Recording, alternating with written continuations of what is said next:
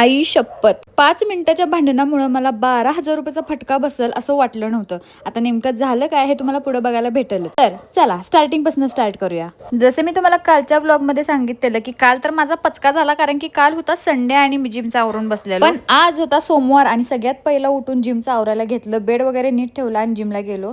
जिमला गेल्या गेल्या पहिला वजन बघितलं आणि माझं वजन झालंय 54 किलो. आता रिग्रेट केल्याशिवाय दुसरं काही करू शकत नव्हतं, म्हणून घेतलं प्री वर्कआउट आणि माझ्या वर्कआउटला लागलो. पहिला तर मी कार्डिओ केलं, त्याच्यामध्ये पहिलं मी ट्रेडमिल केलं, नंतर स्क्वॉट्स मारले आणि नंतर थोडीफार एक्सरसाइज केली. आता जास्त मला बॉडीला ताण द्यायचा नव्हता, कारण की आज माझा खूप दिवसानंतरचा पहिला दिवस होता, म्हणून मी काही जास्त वेट ट्रेनिंग केली नाही. आता घरी आलो, घरी आल्याच आईनं मला चुलीसमोर बसवलं की ये तुझी पहिला नजर काढतो. आता मला हेच कळत नव्हतं की नेमकी मला लागल्या नजर कोणाची. आज होता श्रावण सोमवार आणि ही साडी मला एका लई स्पेशल व्यक्तीने दिलेली, म्हणून आज विचार केला की ही साडी नेसावी आणि शुक्राचार्याला जावं. खरं सांगू काय, गावाच्या एवढ्या शेजारी असून पण हे लोकेशन मला माहिती नव्हतं. मी तर पहिल्यांदा आलतो, ते पण दादा लई म्हणत होता की जाऊन येऊया चल, म्हणून म्हणलं की चाललोयच तर साडी घालून जाऊया आणि मस्त हिरव्या बांगड्या घालून जाऊया. आणि गजरा माझ्या केसात कसा दिसतोय हे मला कमेंट मध्ये नक्की सांगा. नंतर आम्हाला पायऱ्या उतरून खाली जायचं होतं दर्शन करायला, आणि जसं जसं आम्ही खाली उतरत होतो ना तसं तसं गर्दी वाढतच चाललेली. दर्शन वगैरे करून बाहेर आलो आणि तिथं मला माझे क्यूटचे फॅन्स भेटले, सगळ्यांना फोटोज वगैरे दिले, सगळ्यांसोबत फोटोज व्हिडिओज काढले.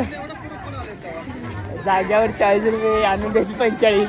आणि त्याच्यानंतर आम्ही घरी निघालो आणि माझ्या दादाचा खरा चेहरा माझ्या समोर आलाच फायनली. आता एवढा आवरून आम्ही शुक्राचार्याला गेलो आणि हरणेश्वरला गेलो नाही असं कधी होणारच नाही, म्हणून येता येता आम्ही तिथं पण पाया पडून आलो. आता मेन मुद्द्यावर येऊया. घरी आलो आणि आल्याच माझं मम्मीचं जोरदार भांडण झालं. विषय एवढाच होता की मला लई घाण झोप आलेली आणि मला झोपायचं होतं, पण बेडवरती एवढा पसारा होता की काय सांगून. मम्मीनं ते आवरलं नव्हतं म्हणून माझं जाळ मम्मीवर निघाला, पण त्याच्या बदलीनं मम्मीनं माझ्यावर एवढा जाळ काढला की मला इमोशनल होऊन जाऊन 12,000 रुपये खर्च करायला. खरं तर रागाच्या भरात मी बोलून गेलतो, पण मम्मीचा चेहरा लईच उतरलेला आणि ती लईच नाराज होती, म्हणून मी म्हणलं की मम्मीला पैंजण गिफ्ट करावं की तिच्या पायात पैंजण नव्हतं. तुम्हाला गिफ्ट कसं वाटलं हे कमेंट मध्ये नक्की सांगा.